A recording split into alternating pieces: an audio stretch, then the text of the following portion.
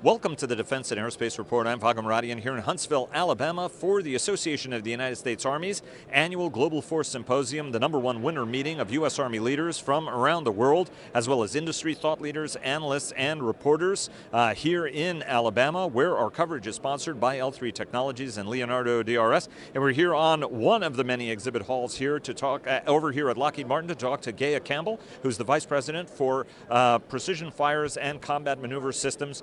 The combat maneuver systems is always what slightly throws me off, Gaia. So let's talk a little bit. I mean, very few companies have the kind of precision fire long-range portfolio you have.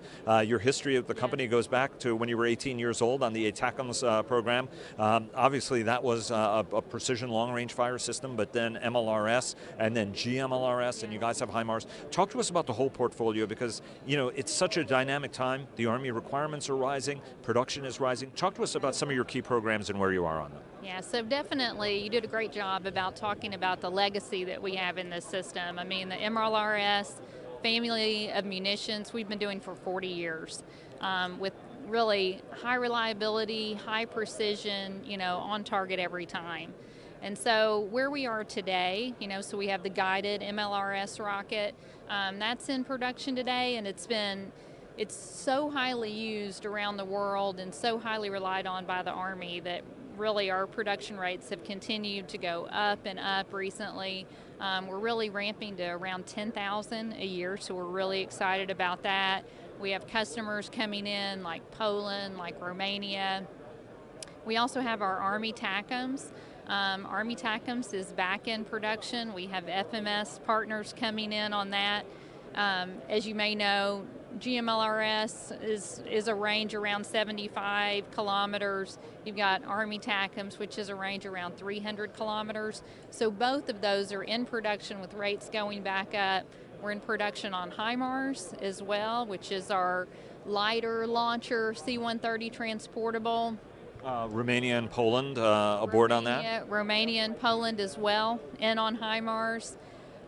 We also have our M270 heavy launchers, which the Army is looking at beginning a recap program, and really their goal is to have both a fleet of heavy launchers and our HIMARS launchers back in the field through 2050. So that's kind of the current portfolio today. And then, and so I was going to ask you, right, so let's talk about the future portfolio because you have the PRISM system. So talk to us about where that fits and also where the Army wants to go for these next generation because Colonel Rafferty is talking about very, very long-range fires, and I know you guys are part of that conversation. Yeah, absolutely. We're super excited about all that. So on PRISM is basically the Army's replacement for TACMS. It's going to go out, instead of 300 kilometers, it's going to go out 499 kilometers. But the other really cool thing is it doubles their firepower because PRISM is 2 per pod, so you're going longer range with double the amount in one pod. We are in competition on that program, really excited to support the Army's needs on that. With GMLRS, we're actually working an extended range version of GMLRS as well. I said before, you know, currently it's 75, 80 kilometers. We're looking at taking that out to 150 kilometers. And that's going to be the same in the same pod. So 6 per pod, you're still going to have that same firepower, the same number of bullets, one might say, but be able to double the range. And so both of those, we're working really closely with the Futures Command and supporting them in their desire to how do we extend the range, and then really looking at, okay, what's the next generation after that? You know, what do we do after that? What else can we spiral in? We definitely have shown, we have a legacy of doing that as well. These programs 20 years ago didn't go near the range they are today. They didn't have the capability they have today. You know, we've spiraled in guidance, you know, GPS and et cetera over the years. And this is now looking at, okay, what's that next generation of things that we spiral in? What do we look at with propulsion, cross-domain, different lethality? And so there's all kinds of options that we're working with the Futures Command on that. Well, I wanted to ask you, right? I mean, you mentioned 499. That's the magic INF range number. But the United States, with the backing of its NATO allies, has said, because of Russian violations of the Intermediate Range Nuclear Forces Treaty, you're going to back out of it. So that is technologically liberating, isn't it? Because some of these weapon systems have been specifically limited to make them compliant with INF. So could we see a really significant range revolution as far as you're concerned? Definitely, there is all kinds of options out there, and as the Army releases requirements, we are ready to support those requirements across, really a whole portfolio of products. I know that hypersonics is really big. You guys have a really, really cool, very, very cool glide vehicle that's sitting there. I know that a lot of that work is highly classified, but talk to us a little bit about, how hypersonics goes into the portfolio of long-range precision attack, because we know that our adversaries are working on these kinds of systems, both China and Russia, having claimed that some of these are operational, although there's some debate about that. Talk to us about how that fits into your portfolio and range of systems as the United States looks forward to reaching out both as an offensive weapon, but also as a deterrent weapon. Well, I would say that Lockheed Martin, that's one of the great things that Lockheed Martin brings is that breadth of portfolio. And so we have technologies that we have in our aeronautics business that we can apply to that problem. We have technologies that we've already developed, say, with space and high temperature, for re-entry that we can apply to that problem. And then we, of course, have our history of precision guidance, et cetera, that we have here at Missiles and Fire Control that we can apply to that problem. And so really, that's kind of the really amazing thing I think about Lockheed is that we can take really our strengths across multiple portfolios and put those towards solving the customer's problems. Let me ask you a little bit about sort of industrial base and capacity. You said you're 10,000 rockets a year, which is an extraordinary number. The Army actually wants even more insatiable demand to try to up that production figure. And if you look at it, these are highly sophisticated, complex systems with hundreds of subcontractors, because you guys are, there's some verticality of stuff you do, but you're also drawing on this industrial base. How much elasticity is there in the industrial base? What's the kind of investment, and how are you working with your partners to get up on these run rates? Because almost every available dollar the Army is directing to deepen some of its magazines, which were, we were not in a great power competition, so there wasn't a lot of that investment that would have existed, for example, decades ago. Well, I think we worked very closely with the Army to say, okay, what makes sense?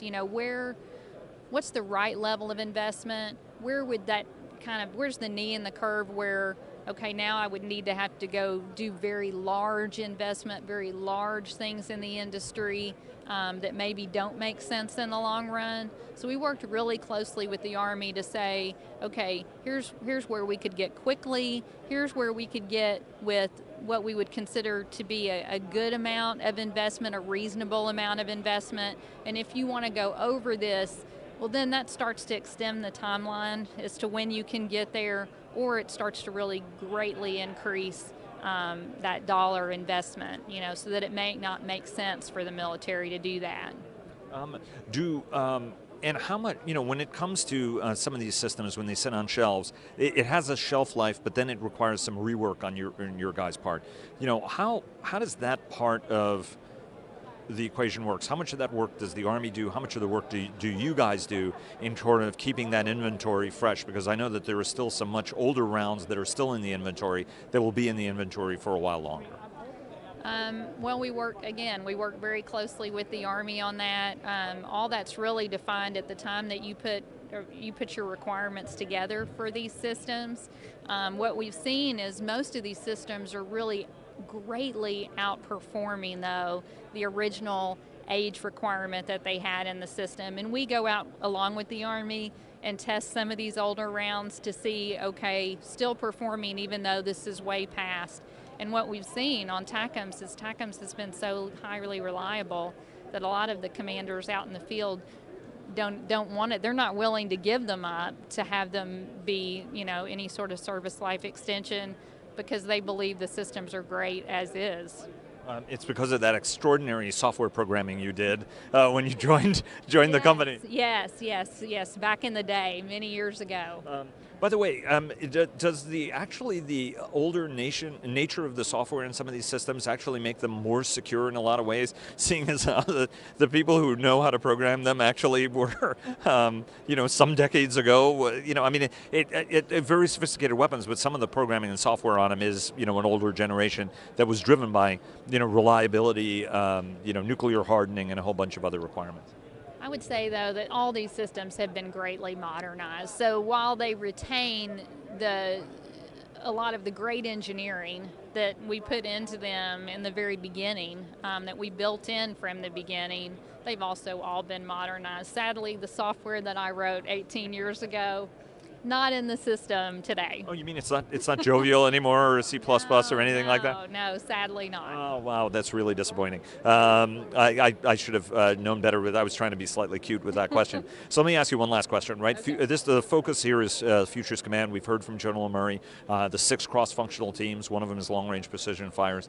We're asking all the senior executives here, how does that change how you do business and the relationship you guys have had with the customer? It's very intimate, whether you're working at a TRADOC level or a headquarters Army level or a contracting command. How is Futures Command changing how you work and interface with the Army?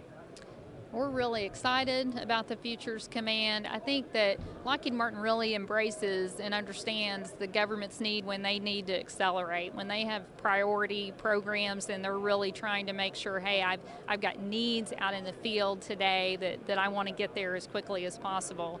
And definitely that's something that Lockheed Martin has been very agile in working with the USG on multiple, you can cite multiple activities, multiple CFTs, where we're trying to work with the government and say, okay, how do we help you? How do we lean forward as Lockheed Martin to help you get these capabilities out to the field as quickly as possible? Campbell, who is the Vice President for Precision Fires and Combat Maneuver Systems. That's the last one was getting me. Thank you very much. Best of luck, and look forward to seeing you again in the future, and maybe we'll come down and visit you in Texas. Absolutely. Nice to talk to you. Good talking to you.